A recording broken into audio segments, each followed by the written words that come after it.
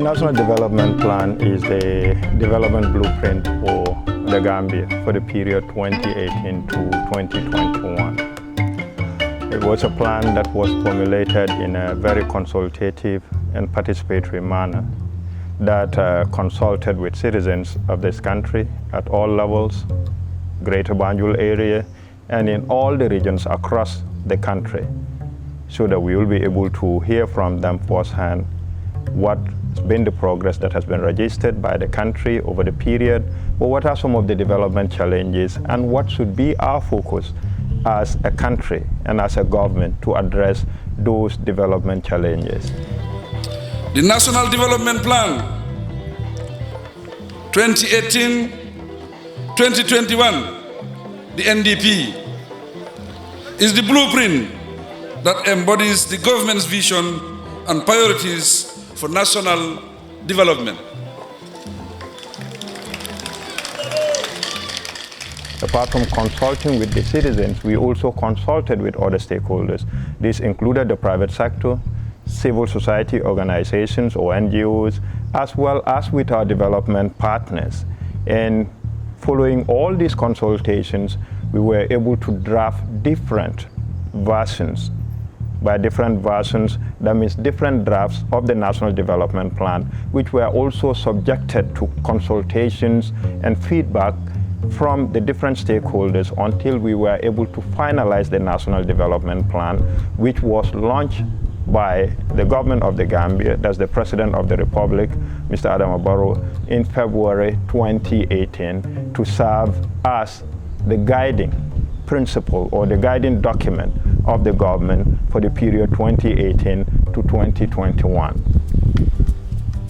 Among the major barriers are the inability to effectively predict climate change events, assess potential impacts, and deliver short-term alerts or long-term warnings that can contribute to adaptive responses and development planning.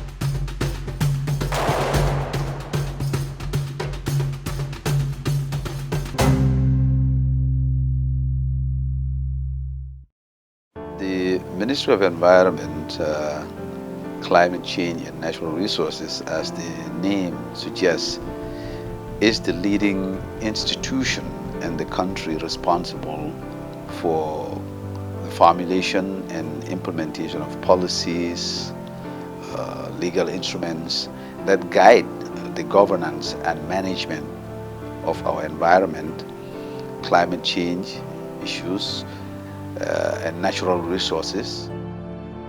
Previously, we did not have a Ministry of Climate Change. We only had a Ministry of Forestry years ago. And then just before 2018, we had a Ministry of Environment, Climate Change. So the climate change, insertion of climate change in the name was to show our international partners that we mean business when it comes to climate change, because the Gambia has been recognized as one of the most vulnerable countries in the world, among the 100 most vulnerable, and amongst the most vulnerable in mainland Africa. This vulnerability is due to us being dependent largely on our natural resource base, especially the agriculture sector. We also depend largely on tourism. Both of these sectors are highly being affected negatively by climate change. To give an example, the natural resource sector, agriculture, 70% of Gambians depend on agriculture, whereas and almost 98% depend on rain-fed agriculture. So if climate change is going to change our rainfall patterns to make it shorter, then it means that this is going to affect the majority of Gambians, and that's a problem. On the other side, with regards to tourism, we used to have 150 meters of sand in front of the Kololi Beach Hotel, Senegambia area. And as we know, tourism, some of the key principles or tenets of tourism required is sea, sand, and sun. So we've lost almost 135 meters. If we look at the National Development Plan, it is a very robust development plan, and it has 8 strategic priority areas and 7 critical enablers. And if we look at these strategic priority areas, they range from issues relating to governance, economic management, issues relating to infrastructure, issues relating to human capital development, that's education and health, issues relating to women empowerment, issues relating to reaping the demographic dividend, that is how do we invest in our young people, our youth. It also has to do with issues relating to the environment, issues relating to infrastructure, roads, energy, ICT, etc. So it is very comprehensive, and it speaks to a lot of the development areas and sectors of the economy. It identifies what the challenges are and what are some of the strategies that government intends to utilize to address some of those challenges. The Ministry of Environment and Climate Change and Natural Resources have itself is still in kind of like in an evolutionary phase.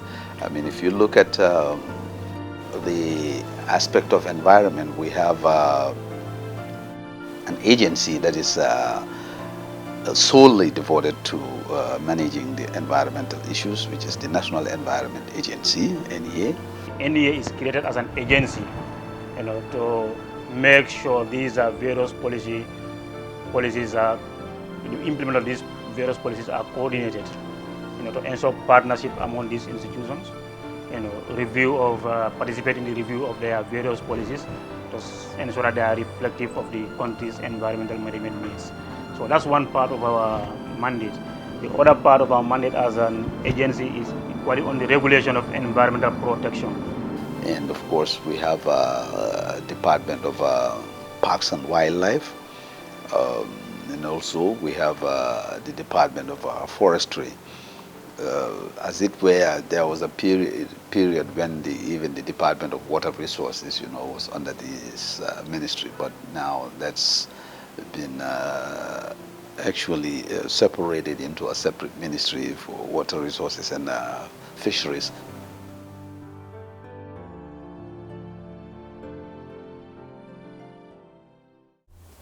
We have a very big responsibility in the fight against climate change, because we have recognized that we are a climate vulnerable country, and all hands must be put on deck to fight against climate change. We have to work with the communities. We have recognized the importance and the role of the communities. As a state, we cannot do everything by ourselves. So we have to team with the communities, try to protect similar areas in their areas, at least restore what was there before, and trying to mitigate their utilization of those areas, because we have seen that people are over-harvesting. Among the major barriers are the inability to effectively predict climate change events, assess potential impacts, and deliver short-term alerts or long-term warnings that can contribute to adaptive responses and development planning.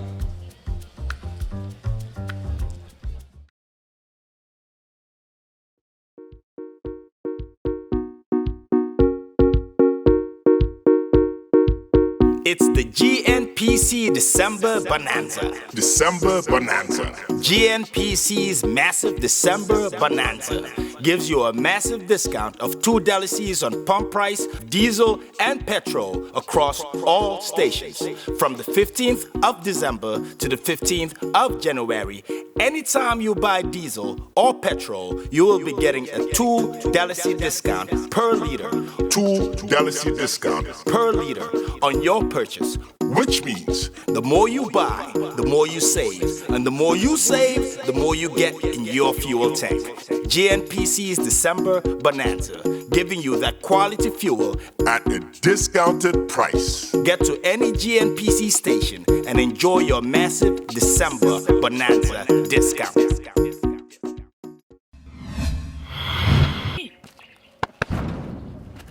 Jogal kër ga ma la doon jaayloo kër ga jar na xam ne démb rek barki démb rek am na ku ma kool di ma laaj ndax jar na am de. ah waaw yow wutal ma client wutal la client xam naa client jaay naa ko kay wax dëgg yàlla sant yàlla la ba mbëri nag. waa jox ma suma wàll. junne ba ma xamee loon jël ko. balaa nga may junne nag. waaw da ngay fay bor ba pare. man dama xameel kenn bor. ah amee loo kenn bor. mukk kan la amee bor. xamuloo kër googu ñuy wax jiyaare waaw. waaw dama koy dégg fi ñuy fayee taxi yeeg yooyu. fi ñuy fayee naamo. dama koy dégg rek mu ngoog dafa am nag ci biir taxi yi lu ñuy ooyee capital gains tax. muy capital gains tax. waaw kay capital gains tax. boobu yow moom war nga koo fay fi mu nekk nii. man ma jaay kër ga xanaa ka ma ko jaayee koy fay kay. mu ngoog xam nga kan moo ko war a fay. bu fekkee da nga am empty land. boo xam ne yaa ko moomal sa bopp boo ko jaayee moo xam nu xaalis ba toll. da nga cee war a génnee tax fay ko jaaree. dama ciy génne taxi. fay ko jaaree bi maanaam li ma ko jaayee. laay dank yëpp. ñëw jox leen jaaree jël leen. déedéet doo ko defee noonu waaye dafa am pourcentage buñ ciy jël dafa des nag ci xaalis bi ni mu toll ñu génnee ci mun ngaa fay sax 5% wala 15%. ma naa fay juróom. waaw wala fukk ak juróom. waaw kay bu fekkee yow kenn la waaye bu fekkee compagnie moo ko jaay. waaw moo xam kër gi empty land la. waaw wala dafa am taax ci biir. waaw bu fekkee compagnie ko jaay. mun naa fay 10% wala sax 25%. ma fay ji fukk wala fukk ak juróom. waaw bu fekkee compagnie. noonu la loolu mooy capital gains tax. te nag du land rek ak yeneen yi mel ni moom yëpp. te xam nga loolu fay ko li tax mu am solo. dafay dimbale réew mi gis nga agriculture bi. waaw njàngum xale yi. waaw tali bii. hospital bi yooyu yëpp dafa bokk ci loo xam ne government bi daf koo war a def nga gis ci sa bopp yow. léegi bi maanaam fu mu ne nii may waxee yow. fii laa defee bëreet. dootuma jaar kër ga de. nii laay jaar dem jaar yi. yéen ñii di ma seetaan ak man mii di wax ak yéen daw leen gaaw ngeen fay seen capital gains tax ci makaani jaaree bu leen gën a jege ndax loolu mooy doole réew mi.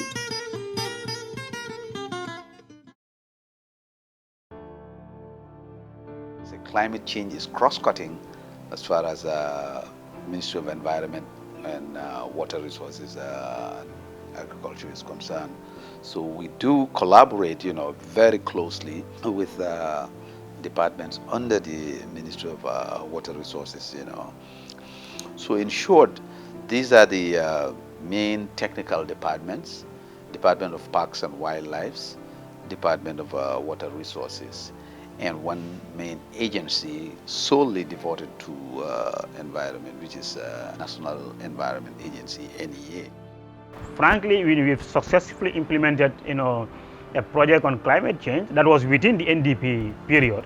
For NDP, I think it's 2018 to 2021. And when we finished that project in 2018, it was still within the NDP period.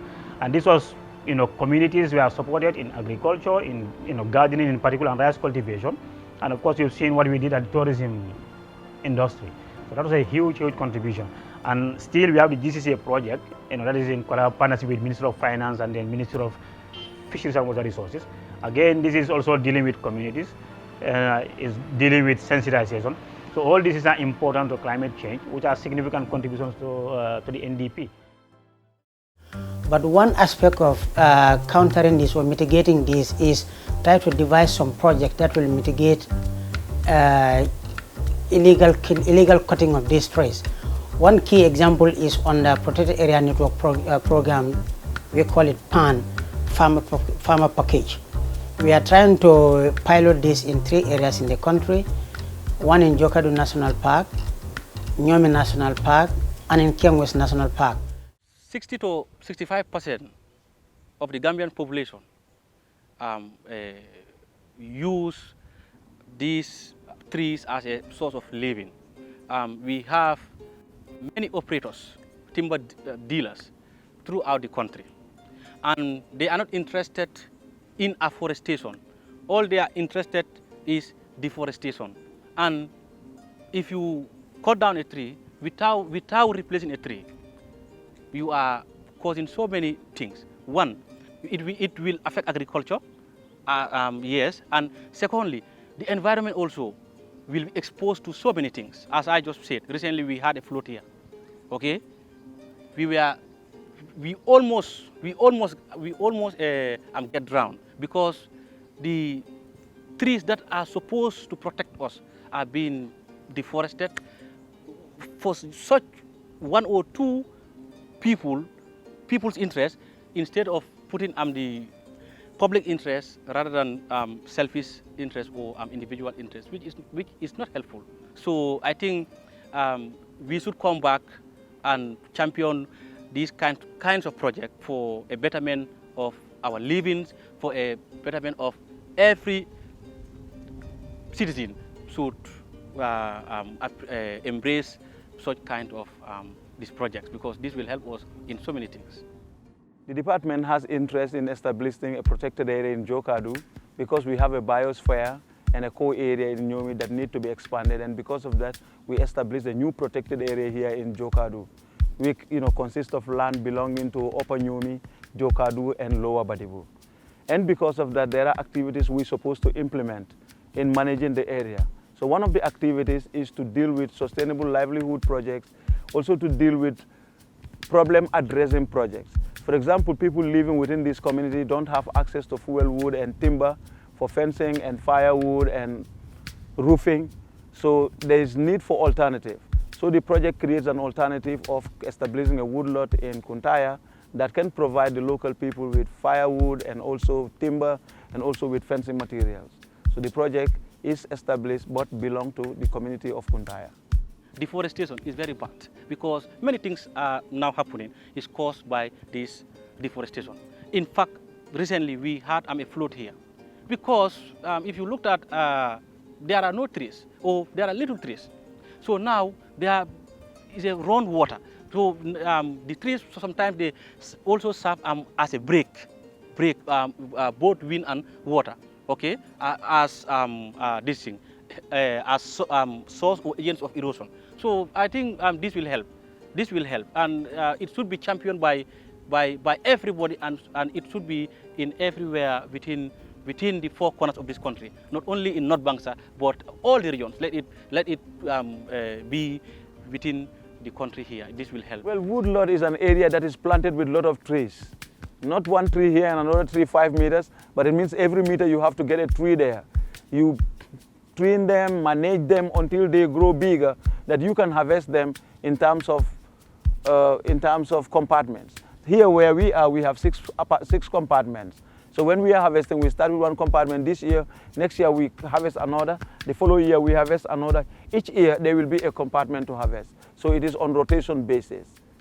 With the intervention of this project, we are trying to restore the lost trees and whatsoever. And of course, it impacted negatively on our cultivations, because if you looked at, before you get good harvest, you need to get the rain that is required. And by doing so, you need also to get at least the appropriate trees, because no tree, no water, no tree, no life. So then tree is very paramount in whatsoever. So this is why we are very glad to see your intervention is within this area here. If we have 20,000 Malinus trees in one plot of land, that means that is sequestrating a huge amount of carbon from the atmosphere. And if such a project is replicated in all the communities, this is 2 hectares. If we can have it in all the 17 communities, that means we will have a lot of carbon to sequestrate. When we go to the other area, we will tell you our intervention in the farmlands. This, by the way, is a woodlot, but we are also intervening in all degraded areas, including mangrove areas, including farmlands, and we have our own techniques of how we work with individual farmers to get these things happening. But really, we're trying to address the climate-induced problems. I think in order to restore all the lost nutrients and all the natural features that are here to help us, we need to be vigilant as individuals, as communities, as organizations, and even as a government. Yes, the government needs to recognize the good work that Department of Parks and Wildlife is giving out to the poor Gambian people, I will say it. Because if you look at here, these women here, they are here today, but they never even thought of they could have garden in Kuntaya here. Because here was seen as a no-go area for garden. And now, it is right now happening here, okay? If you look at this vast land, it's all been transplanted with these Molinas. And in the next 4 years, we are expecting to see this area will be a green environment. And this is what every good citizen should yearn for. I think this is a big applause to not only the Parks and Wildlife Board, Ministry of Environment, through the Gambia government for coming up with such a great initiative to help people. Many of these concerns have been addressed under this project and through other government interventions, thereby strengthening the early warning system in the Gambia. The Gambia is increasingly prone to windstorms, droughts, floods, rainfall variability, coastal erosion, and sea level rise. When coupled with existing socio-economic challenges, these impact stone development and increase the country's vulnerability. As it is, the Gambia is a low-income country with a high dependence on agriculture, which make large segments of the population extremely vulnerable to erratic rainfall and other climate-induced events. Farmers have been experiencing shorter crop growing seasons due to drought and shallow wells that provide supplementary irrigation to their rain-fed systems, drying out too early in the season. Katia senola chenu bari alon sai ya jibe fanan sai job ka futa baji mol natna ferol city wala munyenti pour dandangol dandangol Kenya pour shi irol sotoje anin gadin fengol because gadino atea meo meta nyawo nyama abuka tambe karfula le shana fa soto amerim ba wala mujaboti barintala hamo be nyina to ko wildlife ko le ma ko nyina to ko pour porje ko nyi nga soto kabir nga soto ala demaro kama yirol ni babuwal ni fengli be entara suwo kono jan o ceta nya kontana kubat sai ko men to je wala atutan telebul je ko tutan telebul because ni moy nyi ce mola mol katara tubabu le la motan katara je le bukan soto no be lafir ngala man soto ba alnata nantel dema joka du nyi tundo kanja fontane lamin kadde anin tamban so sai tol batol tentu lambal jayla atul wildlife ko men yam ma koy nyindu alfanana londo kama. Our main objective is to ensure that the resources are utilized in a very sustainable manner. Entembe tembo mendo ngapula nyina mbe sharola chala jam nimbulo yorata ninna suula mina su shaba ngajan be hu nga shenka mbe shara ke so shanna ngafi manna subo kafun nyoma la di moment abeje saraju mbe subo chala je ngafenka saro ni ngakat shambe dunna mentang kakumba jabo. We focus more on community development aspect. That is one component, and the natural resource management. So you've seen the headquarters of Jokadu National Park, and we've come to the field also to talk to some of the farmers or the local people that are around here. So we are doing a lot of livelihood and biorite projects for these local communities dwelling around these protected areas. The reason why we are doing that is to reduce the level of poverty, okay? And like you know that the government is doing a lot to support local people. So as a government department, we think this is very relevant. To begin with some of the programs, projects or programs we are doing in the country, one of them is like restoration program. As a conservation department, we are doing a lot of restoration. We will be seeing some of the sites. We are doing mangrove restoration and we are doing upland restoration. And this farmer package is also part of the restoration program because the farmer is expected to plant at least 20 trees. Killing, ngaji kumo fojel. Yal ni man kiyo soran kabila sama dastal. Serum menu leteta eman ila sama man betea. Nyinam fana janin to lanyin tundo ba sotola a metal. Nyin karo kono la mol ye jiyo sot. Blado lan mol ye tunkurolo. Ndol han kabe tiol be fi kanja. Still now ni jiyo natna kunda ka kuntu wato men ndol feltal. Bar ni ajibe felta wundu gadino bebul. Man fel woto. Isi soto cheno je me alon ka shiela tia kunkote. Trees. And this will be later expanded to other members of the community as well. So this is a very good initiative because this part of the country, that is the northern part of the country, North Bank region, is very degraded and they are seriously affected. inte better moment of more new full and call a balloon. Gambia has been a beneficiary of the Climate Investment Fund's pilot program for climate resilience, which is called PPCR. This is a preparatory grant that was initially handed out to 6 countries. They developed an investment plan of X number of years, and then they would be giving funding at the end of the development of this plan to implement it, to build resilience of the country, both at the community level and regional up to national level. The Gambia has been given a 1.5 million grant. I think this was back in 2015. And we've managed to use this to develop a strategic investment plan called the SPCR. This SPCR is also directly linked to the National Climate Change Policy and has provided interventions under each of the pillars that I mentioned earlier: agricultural landscapes, energy, land use planning, etc. And each of these is having components which could be considered as a project. The entire portfolio of the SPCR is about $330 million, and in 2017 I successfully presented it to the World Bank in their headquarters in Washington, and they endorsed it and approved it. Unfortunately, because now there are more countries that are part of this program, and because of the global financial constraints, they were not able to fund countries directly. But nonetheless, the Gambia is extracting proposals from that investment plan, developing it into a full proposal, and looking for alternative sources of funding, such as the Green Climate Fund. The PPCR has been very useful in the sense that it has helped us train farmers on climate-smart agriculture before the rainy season a few years ago. We've also trained the media on climate change and media reporting. We've also had a climate change week for students around the country, from Basse all the way to Katong. And we've trained some of the office staff, short-term training, I think about 8 staff or so.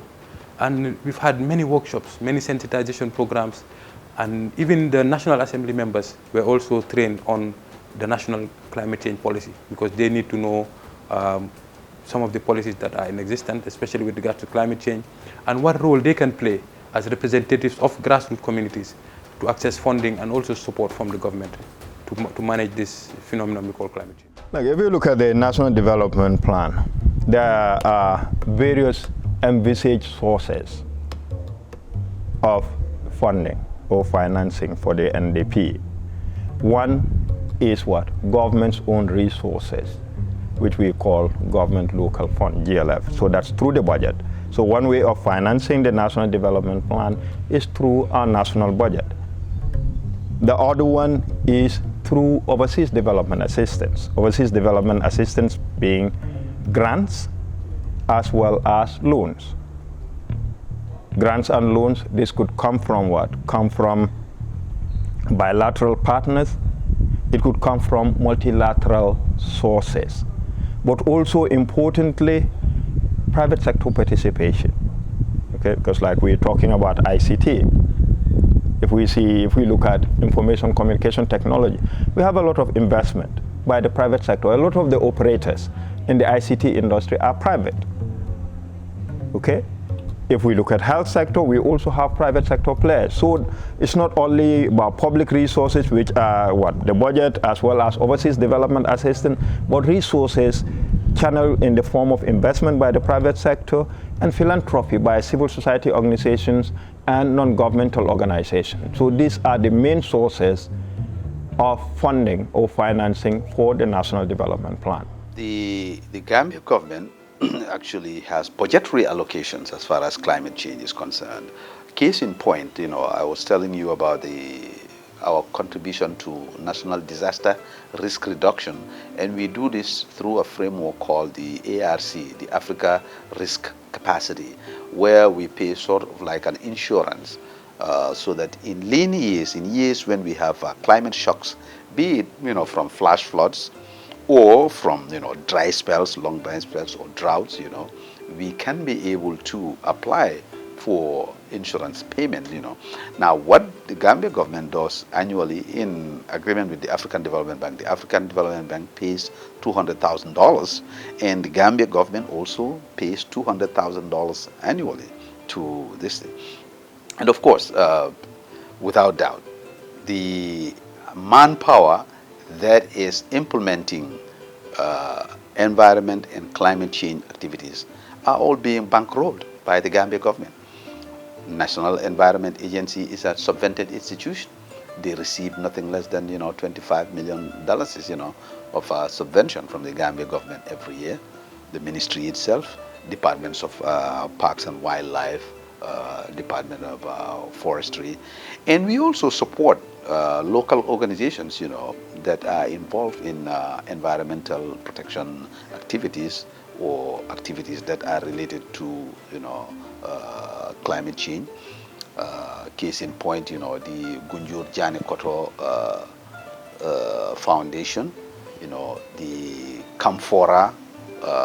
Camphora is a network of forest enthusiasts, in Combo, in Fonyi.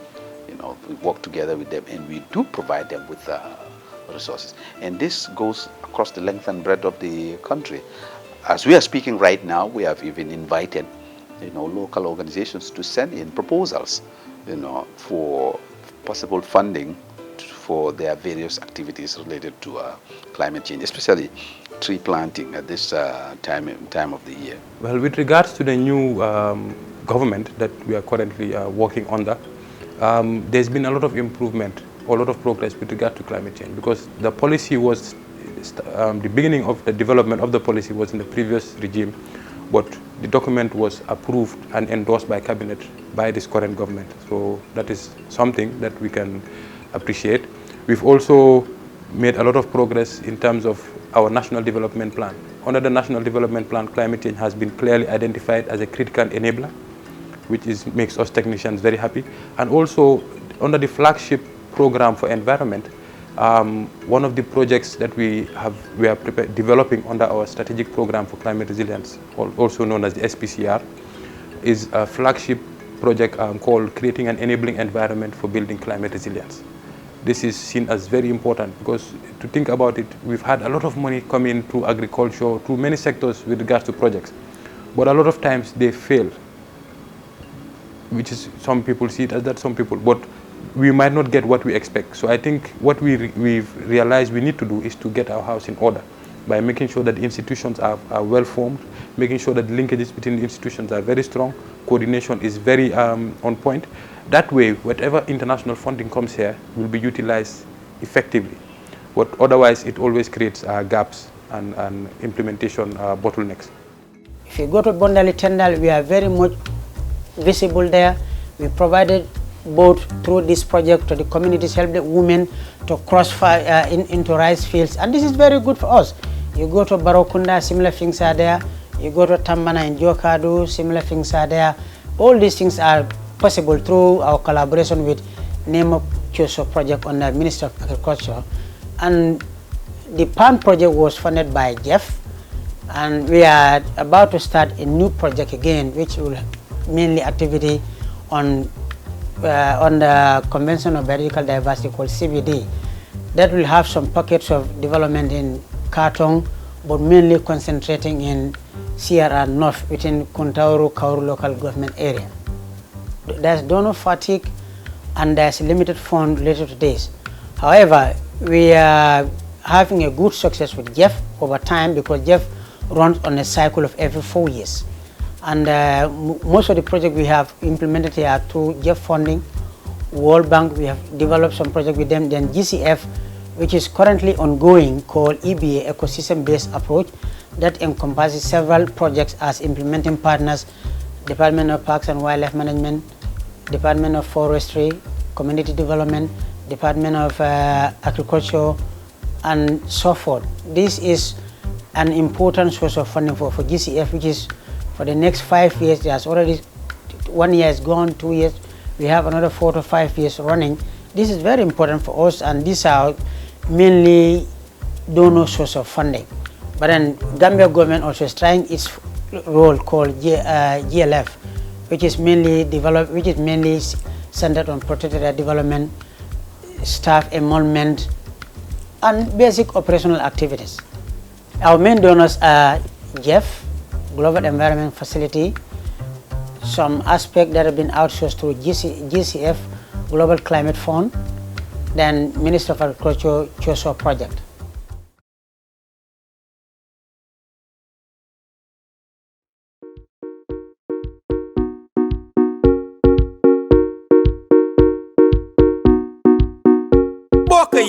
xéewal bu mag wàcc na bàyyee ko si GNPC ñu di ko oyee December Bonanza. December Bonanza.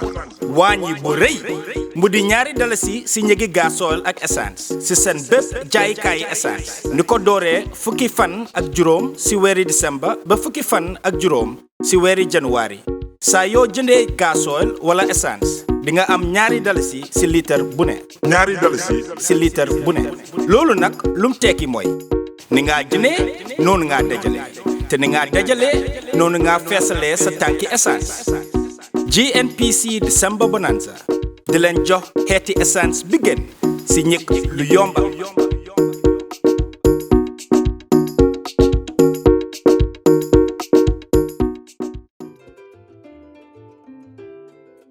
EBA, at the beginning of the year, that's the other project, the $25 million project I talked about, have been able to sign contracts with Gambian companies for the construction of nurseries.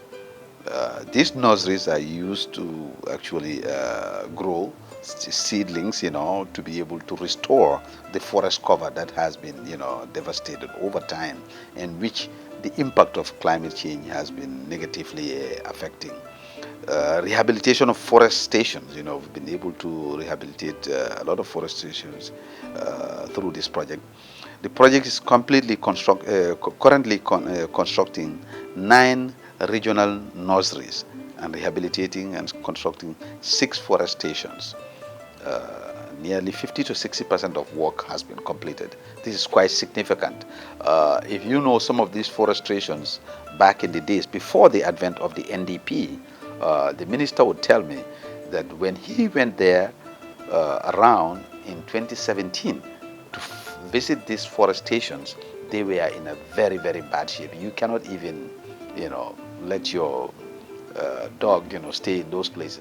Project-wise, also we always churning out new projects. Currently, we are working with WFP to have a new project called RICA, which is looking at adaptation in the agriculture sector, also around URR, CRR. We've mentioned the peace building project. We have our EBA project, which is a flagship project for Africa, basically. No other country in Africa has been given the opportunity to implement ecosystem-based adaptation with such a volume of money. So I think everybody else is watching the Gambia to see what we do. And we are a leader in the area of climate change. I mean, we've had previous ministers, Fatunde Gay, Pausman Jaju, and now we have Honorable Lamin Diba. And all of them have carried the flag for the Gambia with regards to climate change at the international level, and are all very highly respected people who whenever they speak, international donors and partners would listen. I would like to express our appreciation to the Global Environment Facility, GEF, and the United Nations Development Programme, UNDP, not only for their current assistance, but also for the support they have provided our country over many years. It is a partnership which has benefited many of our population, especially in the areas of climate change adaptation. The relationship between the Ministry of Environment and the Environment Select Committee and also the local governments around the country is something that I think is also improving, because through our projects we are helping to capacitize some of them, and if not even current projects but future projects are also looking to build on all the trainings that have already been done to try and create same sort of independence for the local government to be able to develop their own plans, development plans that have featured climate change and environmental issues and can be supported nationally. Because as I mentioned earlier, we have national problems, should have national solutions. And I believe Gambians are competent enough to be able to deal with some of these issues. Of course, we don't know everything, but with a bit of technical and financial support, I think the sky is really the limit. One of the things when I took over as permanent secretary that the minister tasked me to do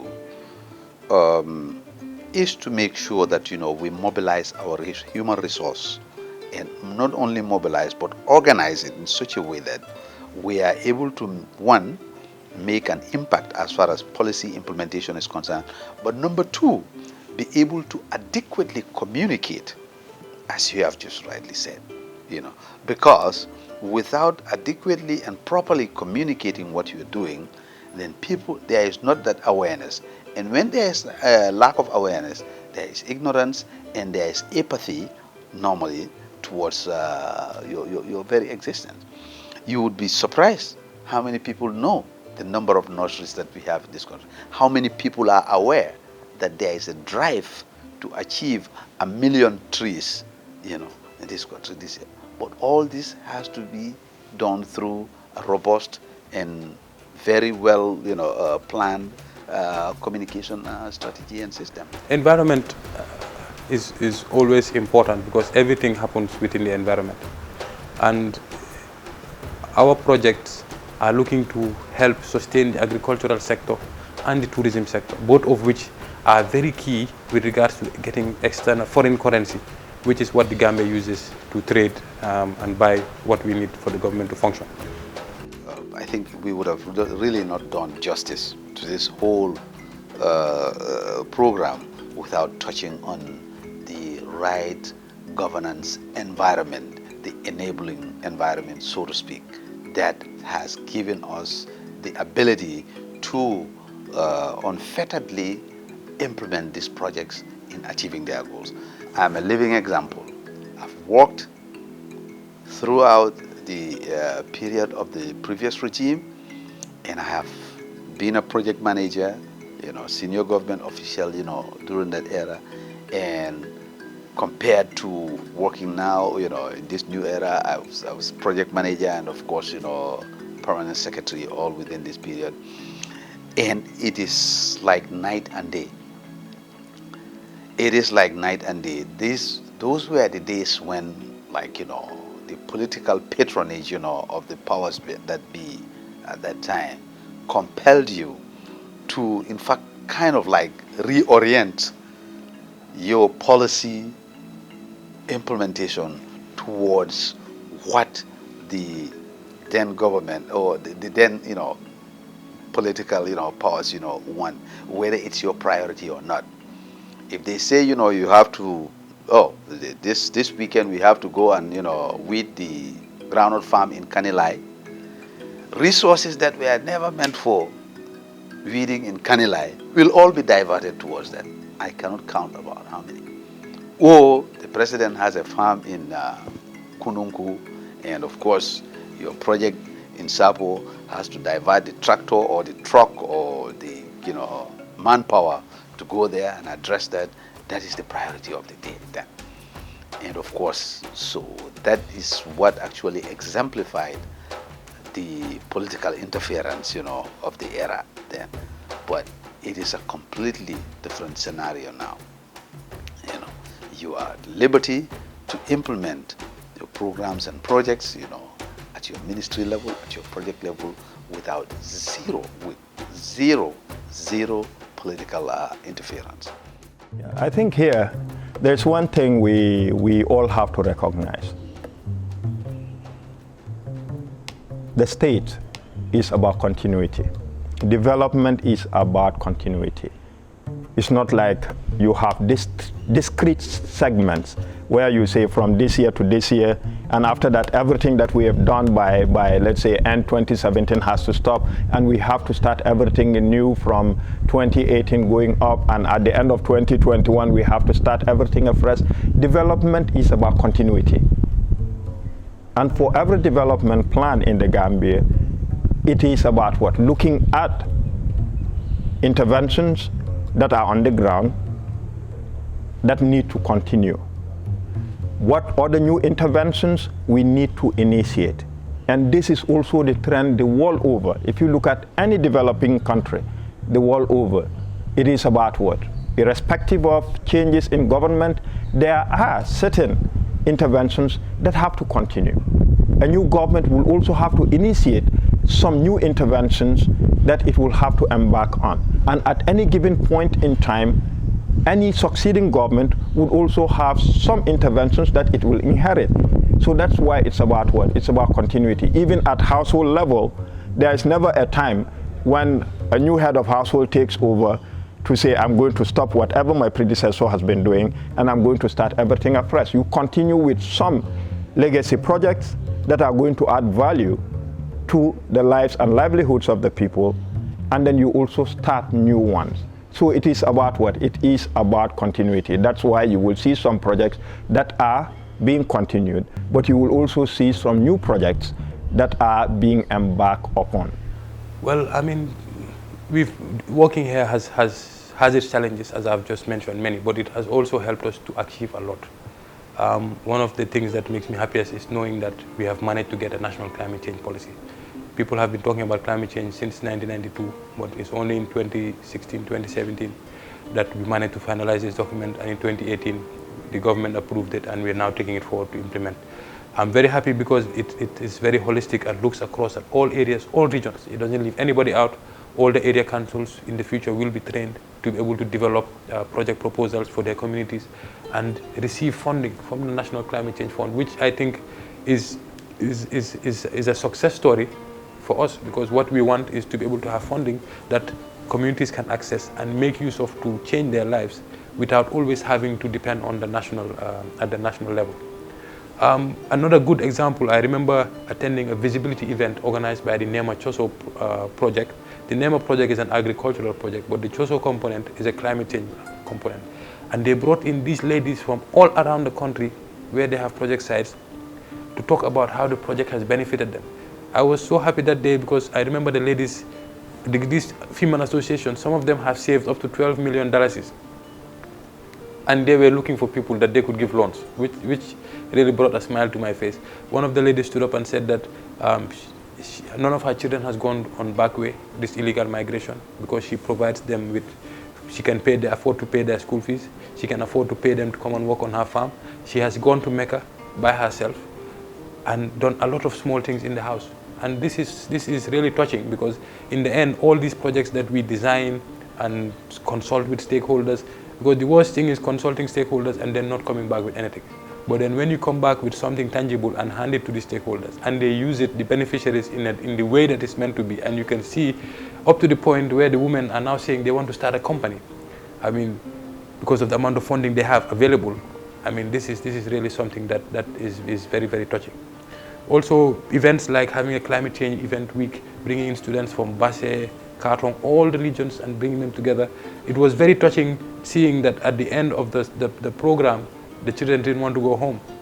And even the children from Basse, they were all crying. And it was really touching to me knowing that however small it is, at least you've managed to light a candle in each of these children's heads about environment, sustainability, climate change, and positivity in general. So I think these are some really, really good examples of some of the things that make us feel like what we're doing is worth doing.